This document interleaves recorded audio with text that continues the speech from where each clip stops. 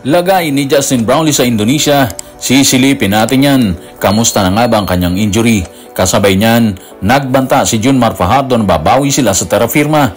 Sa panig naman ng Terra Firma, tila desidido rin silang ungusan ang mga bata ni Coach George Gallant para okupahin ang upuan sa semis. Tutukan po natin ang lahat ng yan. Pero bago yan, hihingi po tayo ng isang subscription sa lahat ng dumadaan sa ating munting channel kung nagugustuhan nyo ang ating palabas. Kung medyo mabigat ang subscription, siguro kahit isang like at isang share na lang po yan. Okay na po ako dyan.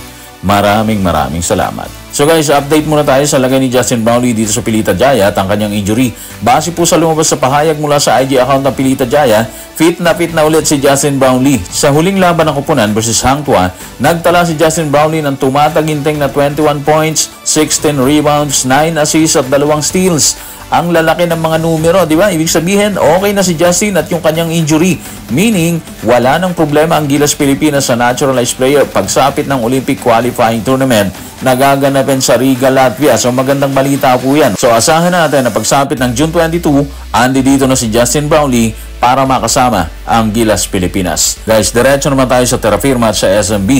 Bilog ang bola. Ito ang tila hatid na mensahe ng underdog na Terra Firma na sagupain nila at tuluyang padapain ang nangunguna at powerhouse na SMB sa quarterfinals. Sa pagkatalong naganap, hindi na iwasan ni Junmar Fajardo ang mga tanong ng media at ito ang kanyang pahayag. Tutukan natin ang mga sinabi ni Junmar Fajardo sa report ni Reynald Magallon ng Manila Bulletin. Credit sa Terra Firma, ang ganda ng nilaro nila. Lahat ata ng tinira nila na sushoot, so na-outplay nila kami this time. Ito parang wake-up call sa amin. Sabi ko nga sa inyo wala nang mahinang teams ngayon sa PBA. Malakas na yung mga teams. Bounce back, buti nakuha namin yung twice to beat. Yun naman yung goal namin Good thing nakuha namin yun at nagamit namin. Okay, mula mismo kay Junmar Fajardo na outplay sila ng Terra Firma nung gabing yon. Ibig sabihin, minalas talaga sila habang nananalasa ng gustong grupo ni Coach Johnny Del Cardel. So ngayon, may sinasabi siyang bounce back, di ba? Mabigat po yun. Banta yun mula kay Junmar Fajardo. Banta na babalik sila mula sa pagkatalo ng SMB sa mga kamay ng Terra Firma na wala halos naniwalang mananalo sila sa bakbakan kasi nga ang lakas ng SMB. Kahit sinong huguti sa kanila pwedeng kumamada, di ba? Pero katulad nung nakita ng lahat, nung gabi na yon, tila isang basang sisiw ang grupo ni Coach George habang naging agila yung Terra Firma. Yung mga birada ni Wami Chongson, Isaac Go, Stephen Holt, and of course ni Javi Gomez de Leano, grabe, walang nakapigil at ang resulta, do or die para sa SMB at Terra Firma. At dahil may pangakong babalik sila matapos ang pagkatalo, asahan na natin na may gagawin ng grupo ni Coach George Gallant para maisakatuparan ang pagbawi sa pananalasang ginawa ng mga bata ni Coach Johnny Del Cardel. Sa pananaw ni Junmar Fajardo, ano ang gagawin nila para makuha ang upuan sa semis at hindi mabokya ng Terra Firma? Tutukan natin si Junmar Fajardo sa report ni Reynald Magallon ng Manila Bulletin. Yun yung i-adjust namin sa next game. Kasi hindi lang naman si Isaac ang magandang shooting. Pati si Wami Chongson, si Stephen Holt. Dami nilang mga shooters. Yung game nila sa labas, so kailangan namin mag-step up, taasan namin yung depensa. Adjustment, kasi nga nabokya sila ng mga bata ni Coach Johnny Del Cardel.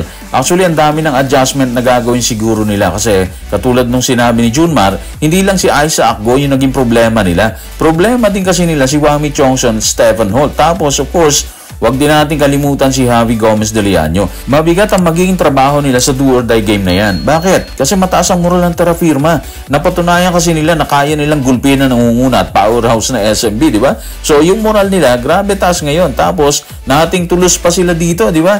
Ibig sabihin, maglalaro lang sila ng gusto nilang ilaro. Walang pressure. Walang pressure na nararamdaman sa katawan po nila. At mahirap yan para sa SMB kasi andun ngayon sa kanila yung pressure. Habang nangako si Junmar Fajardo na babalik sila sa do or die game, palaban naman na nagbigay ng pahayag si Wami Chongson at Stephen Holt tungkol sa susunod na bakbakan ng ma-interview ng media. Tanong, ano ang naging reaction ng dalawa para sa huling bakbakan sa quarterfinals? Tutukan natin sinabi ni Wami Chongson at Stephen Holt sa report ni Denison Ray Dalupang na Inquirer. Walang mawawala sa amin and we've got everything to gain. Do or die po kasi ito, lahat pwedeng mangyari. Walang pressure sa amin. Malaya kaming naglalaro ngayon. Kumakamada kami at pumapasok naman yon. At sobrang masaya kami doon. Eto na nga yung sinasabi ko di ba? Yan yung pahayag ng dalawa, ni Stephen Holt at ni Wami Chongson. Walang pressure sa balikat ng Terra Firma. Well, etong SMB, sigurado tayo, kabado sila kasi hindi pa po sa kanila yung sitwasyon ngayon. Unlike nung elimination, pwede pang bumalik o bumawi. Pero itong game na to, wala nang bukas to. At narinig na natin yung mga sinabi ng mga bata ni Coach John Edel Cardela, walang mawawala sa kanila sa bakbakan na yan. Pero malaking impact sa kanila sakaling manalo versus SMB. So dito natin makikita kung hanggang saan talaga yung tibay ng SMB. Kung kaya ba nilang labanan yung pressure. Kakaiba kasi ngayon yung pressure na dala ng bakbakan eh. Okay, ando na tayo. Sanay sila sa mga mabibigat na laban. Andyan na sila dati pa. Pero problema kasi, Terra Firma yung kalaban nila ngayon. Yung team na hindi nila inaasahang gigibay ng twice to beat advantage nila dito sa quarterfinals. Bukod kay Wami Chongson at Stephen Holt, nagpaunlak din ng pahayag si Isaac Go na kumamada rin ng malaki para bokyain ng SMB.